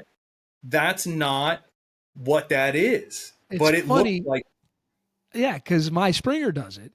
And I certainly contributed to it operantly, but she is laying it on the altar of Grayson when she comes back to me. And it makes my knees shaky, right? Like, yeah. very, very few dogs. Like, I don't want to end it, but I want us to pick a topic on your list of what you think we haven't touched on that's most important because like I said, I mean, we could just do this endlessly. And I want us to hopefully maybe make another date in the future and take a topic on to work on. But I think this has been a really good introduction to you for people Yeah. that may not have been exposed to you otherwise. But what would you, if you got a topic you want to tackle before we Yeah. end this thing, what do you want to talk You about? said it, but I just think there's a lot to talk about there, and that's the idea that perception is reality. And so I think that this holds true a lot of places in training. The first way we'll look at from the dog's perspective is I think a lot of people try to step back and they think about their training like they're standing on principle, or they look at how their dog's responding to something and objectively say that their dog is like, I don't know, their dog's being dramatic or their dog's not working hard enough, or they make some assessment of their dog without kind of, I think, expressing a lot of empathy towards the dog in those situations. And I think this happens particularly in working dog fields. And there's places where I think that's how you should operate, and other places where I don't think it's as reasonable. We've talked about this before. Like when you are selecting dogs that are going to go do dangerous work and people's lives depend on it, putting that dog in difficult situations or putting them in stuff that you never prepared them for and seeing if they can figure their own way out of that stuff or if they can just deal with it, I think is an important thing that those dogs have to do. You have to test dogs in that Yeah. way. But And I I think when think we're talking about, you have to think genetically there too. Like I agree with you 100%. And you know, this is a tough one because like you're producing dogs and they're the best tool we have for some of these jobs. And we need them. Like we need them to serve humanity in this way. And that I think oftentimes means doing things that seem maybe unfair or unethical. But in the genetic selection of those particular animals, that's important, you know? but when we're talking about sport, I guess I would, again, not having experience in protection sports, but I just think like once it's contrived to some degree, but particularly with our sporting breeds and what we're doing with them, I just think that like I hear people say a lot like that the dog's not good enough, or like washing dogs out, and I think that there's a lot more room to like build those dogs, and sometimes all it takes is, if you were going to do a handful of reps of something anyway, is just being like a little bit more tactful to try to like build that dog for the first couple, and you'll see their whole response change. Like a thing that doesn't bother me at all but does bother, it seems to bother a lot of people, is like you pitch a live bird down in front of a dog and they recoil or they run away or they're like scared of it at first, and then like people getting all bothered by that. And like what I care about is how emotionally elastic is that dog? Like how quickly Yes. do they if they get startled by that or bounce back, like how quickly do they go back and investigate? And then even if they're not going to do that on their own, can I alter that scenario a little bit to change their perception of what's happening so that Yes. it's more in line with what I want it to be? And if I can do that, then I can usually build those dogs into really, really nice dogs. And frankly, I would rather have a dog that's a little more thoughtful Yes. and shows that ability to be coached and that willingness to overcome those things in that way, because that's usually a dog that if I know that if I just prepare them for stuff, they're going to be great, and I'm not going to deal with a lot of the problems that you deal with a dog that just honestly is like acting before they're thinking, and right out the gate feels like they don't need you in those ways, I guess, I if that think makes there's sense. like, yeah, it makes perfect sense. And it's something that I've thought about recently and had some conversations about recently. And it's like, I think it's important to draw a line that, I mean, there are nerve bags out there. Yes. There are fewer that, and like you said, we said this with aggression during our conversation. There are fewer nerve bags than people think there are a lot of times. Like, there's some dogs that just never got the opportunity to environmentally become Well, there resilient. there might be more in the sporting group than people think there are. There and there are, and I get a lot of dogs that are pretty unsound when they get here, and we work through it. Oftentimes, sometimes and the things we ask of them tend to really dig at some of those things. Sometimes too, like the very specific things we ask them, bird work in particular. I see, like when we have bird shyness, proper bird shyness. Oftentimes there's a trauma, sometimes there's not, but it's like you said, there is something that goes along with sensitivity. The West crowd would call it intelligence. I don't know that that's the appropriate term, but yeah, I agree 100%. Then that dog that kind of just flips the blinder switch and goes and without thinking does something, especially of our pointing dogs. I think that there's a natural sensitivity that can come off as nerve bagginess at some point, and I believe there's some sort of genetic influence that comes from that refined stalking instinct with that. Especially when we're talking about the continental pointing breeds, the the Yes. the versatile dogs, the The really hard, the versatile. hard, the hard dogs that the sharp to fur dogs that also are expected to point birds. What a like to me that like from a genetic perspective, like what a bunch of contradictory things to throw at each other. And it's hard to get right, and a lot of people aren't honest that they didn't really get it all the way right. Yeah, Right, I yeah. think is the thing. But what I was talking to the breeder of our first Munsterlander that we had about this, and she was just recalling a conversation she had with one of her mentors from Germany, that those dogs, they kind of have to be very intelligent to be able to manage all of those different things. And then, the ones that do it well, they're going to be more thoughtful dogs. And then what that also means is you're going to have to nurture them a little bit more if you want to be able to make use of all that. And that's because you are asking them to do a lot of contradictory things, and they have a lot of contradictory feelings, I think, Yeah, that they're the trying to emotion. work Yeah. through. And so the ones that are going to be able to balance that well and kind of keep their head and all of that are sometimes not going to be the ones that have the most, what a lot of people say is drive and things like that. Like, I honestly, a lot of the success that we had in this VGP test that I ran with my dog is that she's really well balanced and she's not too extreme in any place. And so like her water work was excellent in that test, but I had to build that. Like, it took some work to kind of build that. But now I think she's a very strong water dog, and I think she showed that there. We had basically no problems in any of the obedience work, things where like there's lots of gunfire and people moving around and all sorts of stuff, and your dog's just supposed to hold a downstay and just experience FOMO while all of this chaos is going on around them. And like a ton of really talented dogs go out on those exercises, I think, just because they have a hard time keeping that stuff together. And so I just that takes a lot of practice. That's hard practice that we're so used to working in drive and working around drive that like inaction for long periods of time in stimulating environments. I think people really struggle to incorporate that into their training. And that's the stuff where this is where, again, the classical conditioning piece comes back in, because for those exercises, we practiced all them in downs.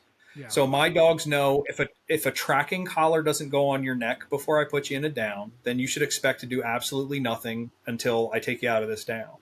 And so when you watched my dog, my Drott at the Invitational, or you watched my Munsterlander at the VGP, I put them in downs and all this stuff is going on. And they're doing this and they're yawning, and they don't like, because the emotional state that was conditioned there that goes with that postural position is that nothing is going to happen right now. And so it didn't start out nice. It started out, if I'm going to be really honest with you, with me, a slip lead on my dogs, choking them a little bit when they're vocalizing because they're angry that they're not getting to do stuff. And then when they sit up out of their down, I'm stimming them back into a down with an e-collar. That was my chosen way of addressing the vocalization, because you fail if your dog vocalizes on those exercises in the VGP, and then continuing to work on that down. And then there's some reward stuff in there too, but that was most of the compulsion side of that was slip lead to say shut up, and then e-collar to remind you need to be in a down.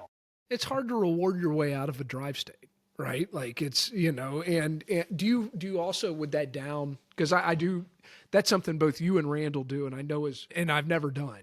It's do you make it a point to not allow the down to be predictive of going into a drive state when you come out of it? Do you ever, or do you have an issue with saying, okay, I kept you down here by the water's edge, I'm not going to stand you up and then walk you straight to the water's always edge? So this is another element of classical conditioning, is it's just a pattern, it's a sequence of events. And so what never immediately followed that down was like a marker where the dog explodes into a reward. There was always at least another behavior that was asked for, and then you may get rewarded out of that behavior. So in this case, usually it was I return to you. So like I never call you out of the down. You're not being rewarded out of a down.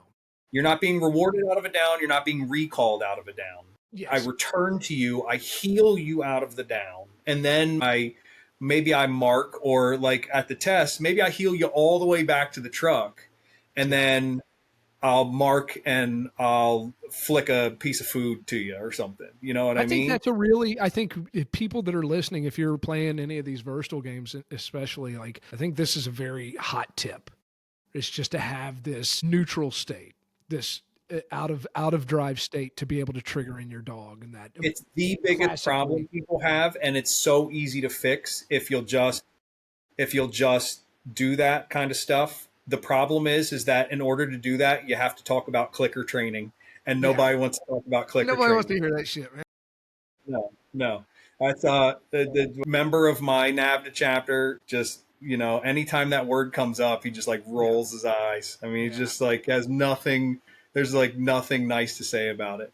Back to the perception is reality thing. I think the other thing is when we're talking to ourselves about our dogs, the way that we describe what they're doing, it's really important to think about the word choice we use. So like I hear a lot of people say that their dog like just has a lot of drive, and like that's getting in the way of something. But if what your dog's really telling you is, I really care a lot about the reward that I perceive there to be in this situation, at least in our context usually, right? Because this comes up a lot of times in steadiness work. And so like you find people that are leaning really hard on an e-collar, or they're having to really get after their dog to get them to stand through shot and fall. And what I find is if they have that much draw to the reward, this is where we like bring birds back to them and reward them in place, right? It's just like, if your dog is telling you this reward matters a lot, then just change the thing that they do to get it. Yeah. and then you fix that problem for yourself. The other way that this comes up a lot is people calling their dog stubborn. Yeah. And so I just try to remind people that your dog is very committed to something that you just don't like. You find this inconvenient or irritating, but if they can show that level of commitment to those things, they could show that level of commitment to the stuff that you want them to do. Yeah, if you teach them to come through you, it's going to look like that stubbornness is going to look like cooperation.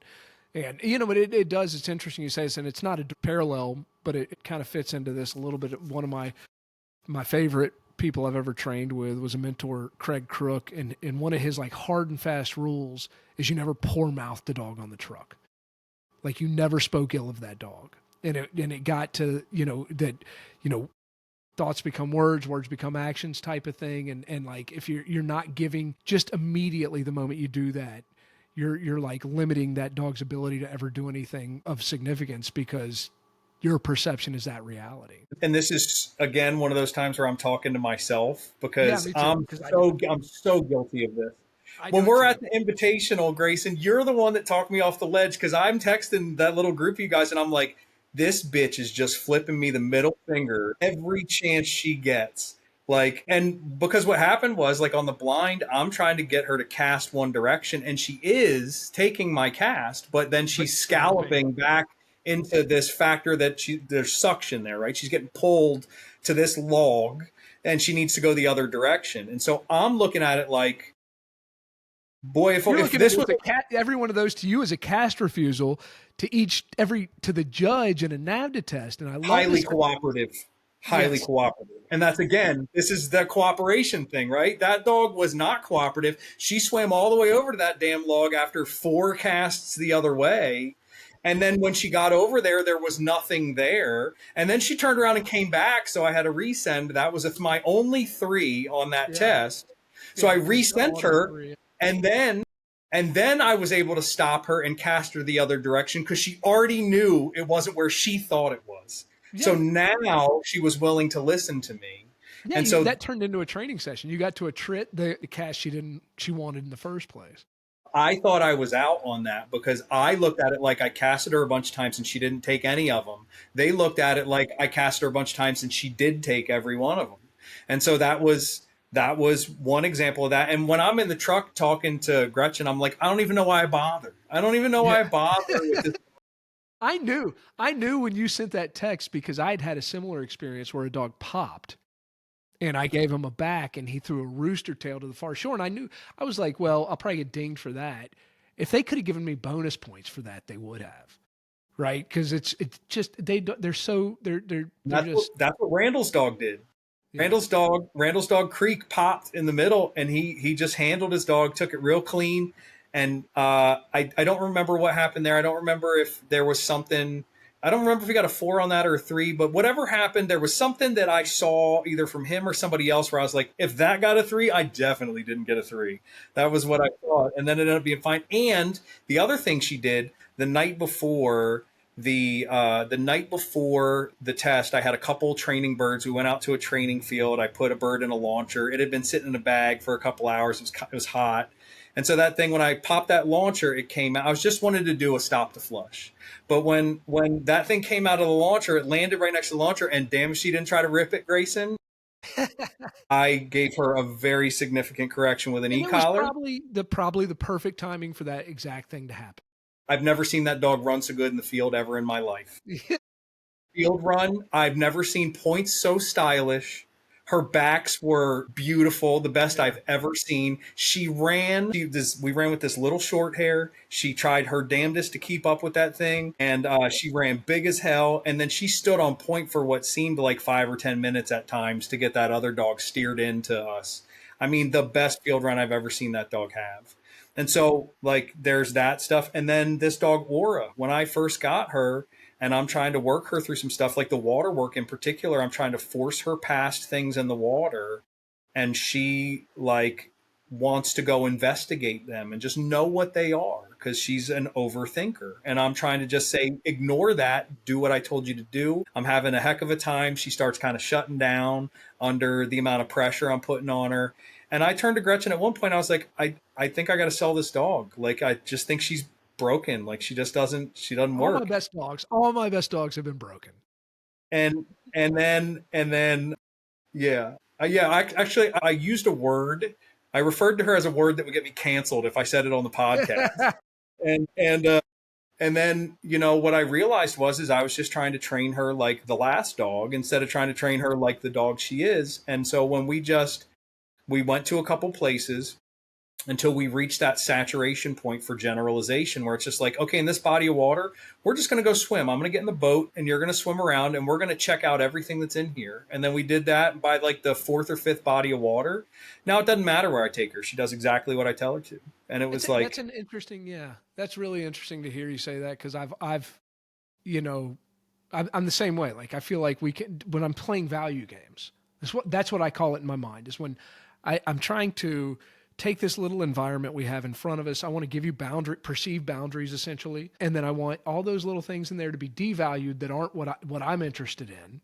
And I want the thing of value to be the most valuable thing. And I want it to kind of stand out and be illuminated in your mind's eye, and yeah, some dogs, like, they're not going to tolerate you not allowing them to go figure it out for themselves. If you try to, I'm sorry, finish what you were saying. no, that was it. That was wrapping it up. This dog, I'm just glad that Gretchen talked me off the ledge. And this is one of the nicest things about having someone else that is passionate about this that you get to work with every day, but that is like personality wise. We're really similar in a lot of ways. Like we're both pretty type A, but she's definitely a more empathetic,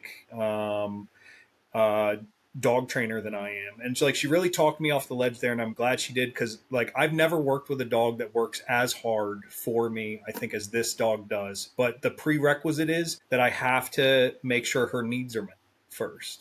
I love the way you use that language, man. I really appreciate that you do that, because you are such an analytical dude, and I'm not. But I tend to like always go with the self-interest talk when I'm talking about dogs. And I just appreciate so much somebody as thoughtful as you, that I know is not saying, because I think it's a cop out so often, where it's like, my dog works for praise and we're a team. And it's like, well, you've never put thought into that. I think your dog's working in its own self-interest and you're not seeing the bigger picture, but in your case, you actually are. And then you can attribute that kind of what feels like almost an anthropomorphic type of deal, but it's real. And I know it is. So I'm not, knocking it.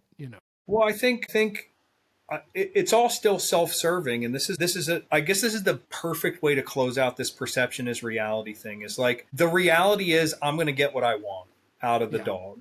And then, but the other thing is that dog is who they are, and they're experiencing things and feeling about those things, how they're feeling about it. And so what I find now in my conversations and training with dogs, or my interactions with people, is if I need to get you to do something, then if I just focus on that being the outcome that I need to happen, and then I'll get there whatever way is going to get me there fastest and best, then we may take a route that isn't the way I would prefer to take, but it's going to be the one that gets me there. So like, I can say something to somebody in a way that I am maybe being a little bit terse, or like I'm frustrated with them. And if that kind of shuts them down and now I can't get them to function in the way that I need them to, then I didn't serve my purpose. So I don't want it to sound like it's selfless necessarily, but it's part of the teamwork piece of this is like, I have to look at that dog and be able to say, like, this is what you need right now in order for this to go the way that I want it to go. Like, if I'm in charge and I'm the one that gets to define the objective, then, we kind of have to work it that way. And that's different at different times for different dogs. But like with this one, she needed that form of help, or she often needs me to explain things to her a little bit more clearly. And she's very quick to tell me when I haven't done a good job, because that's when she quits. This dog, when she knows what she's supposed to do, she still does dog stuff. She still might say, I don't want to do it. But I always have recourse, and I pretty much always get what I want at that point. You pulled a raccoon drag or a fox drag for her at Nick's place, and she went all 300 meters and then decided it was too hot and that thing was too heavy and didn't pick it up. And she came back and I pinched her ear, and then I sent her back, and she reran that whole drag and picked that thing up and brought it all the way back. And that thing we were using there, she's 42 pounds, and that was every bit of 12 pounds. Yeah, it was. That was really impressive to me, and we had this conversation there about, about, we know there's not a direct, that ear pinch. It's tough. I mean, like, this is not something I don't even want to call that an advanced move, but it was like, you know what I mean? It's like it's a perfect relationship thing in that scenario, right? Like, it's an imposition of will. She knew she did. This is the anthropomorphic part that is real. She came back and she knew she did wrong. She got her consequence for it. She changed her behavior and came out the other end better off for it, emotionally, socially, and mechanically. And I think you're right. That is not only, it's a great way to kind of wrap this entire thing up, is that a shift in my perception that maybe I'm not the libertarian I thought I was, that there is something to collectivism, right? Between dogs and humans, between dogs, and between humans and humans. That when we work together, we achieve our own individual objectives in a better way, and especially if we work at it and think of it that way. Yeah, when I think of my brand of that term, it's just more about, like, I shouldn't harm other people in the pursuit of things that I want. Yes. And that gets to be a difficult conversation in the context of the stuff we're talking about now, where I'm talking about putting pressure on dogs and punishing dogs for things all that. But again, it's like, I don't think that I am harming my dog by doing that. I think I'm making their life better because they get to do more stuff.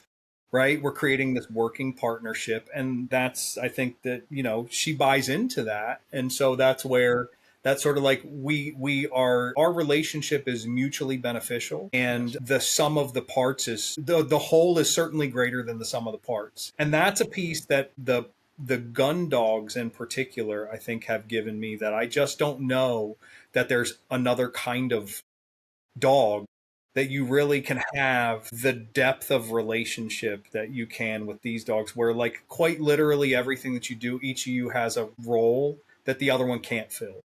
It is it reaches to the coevolution of dog and man in a way that nothing else I've done does. You could argue that protection dogs and security, that was a part of that relationship in the earliest days, but it never has felt the way the gun dog stuff has to me, in terms of, like, I am doing something that our ancestors did together. Yep. Yeah. And with all that, dude, thank you very much. I think this is a good spot. We've been at it for 2 hours today. I'm not satisfied at all. No. With this, I think the conversation in Nick's garage was better, but I don't know if that's because we both had a couple drinks first, and then everybody seems more philosophical there, or what. Yeah. But yeah, no, and when I say I'm not satisfied at all, I'm 100%. I enjoyed every moment of this conversation. Of course, that is a different setting for sure, but I'm not satisfied in that I'm not done talking. Right? Yeah. Like, I really want to do this again. And maybe sooner than later. I don't know how you feel about it, but I'll be reaching out after this. But again, I do want to thank you, and thank Gretchen for giving you up for a couple hours today. And I'm sure she's had to do a little extra work because of it in one way or another. But we'll look forward to doing this again sometime. Definitely. Thanks, Grayson.